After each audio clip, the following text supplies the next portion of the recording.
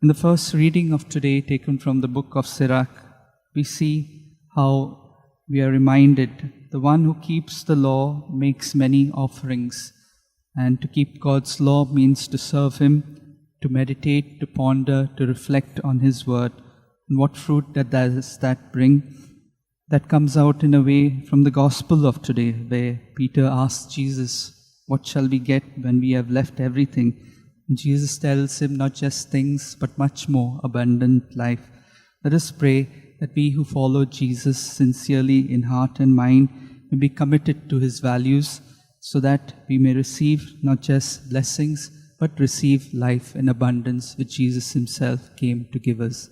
Let's pray for this grace for one another.